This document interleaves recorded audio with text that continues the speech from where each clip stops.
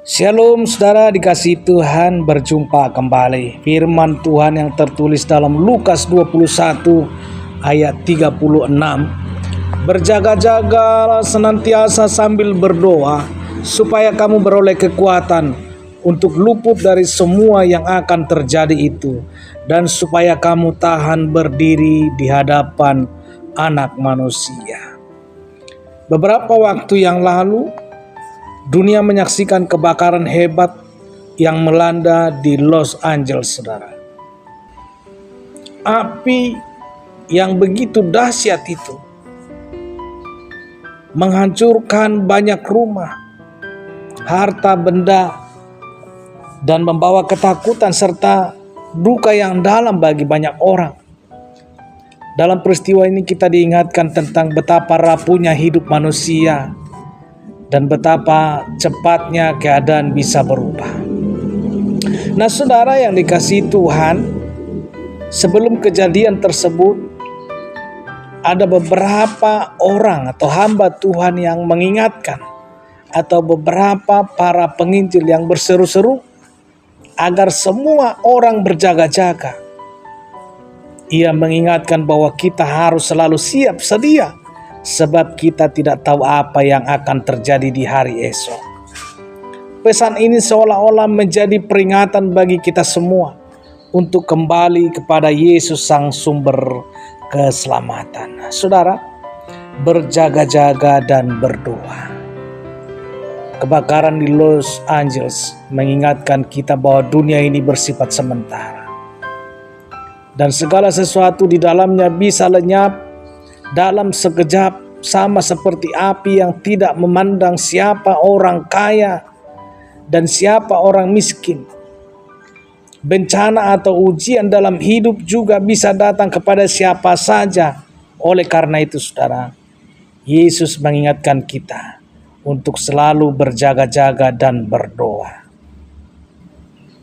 Berjaga-jaga bukan hanya tentang waspada terhadap bahaya fisik, saudara, tetapi juga tentang menjaga hati dan iman kita tetap dekat dengan Tuhan. Dalam masa-masa sulit, kita seringkali cenderung lupa akan berpegang teguh pada Tuhan. Namun saudara, Yesus mengingatkan kita bahwa dalam setiap keadaan, kita harus tetap setia dan bergantung kepadanya. Kembali kepada Yesus Tuhan. Saat bencana datang, banyak orang baru menyadari betapa kecil dan terbatasnya kita sebagai manusia. Kita membutuhkan pertolongan dan penghiburan yang sejati yang hanya bisa kita temukan di dalam Yesus. Peristiwa seperti kebakaran Los Angeles adalah panggilan untuk kita semua agar kembali kepada Yesus. Yesus mengasihi kita dan ingin hidup kita dalam hubungan yang erat dengannya.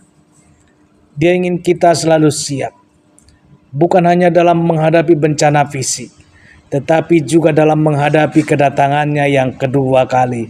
Hidup kita di dunia ini hanya sementara, tetapi bersama Yesus kita memiliki harapan hidup yang kekal.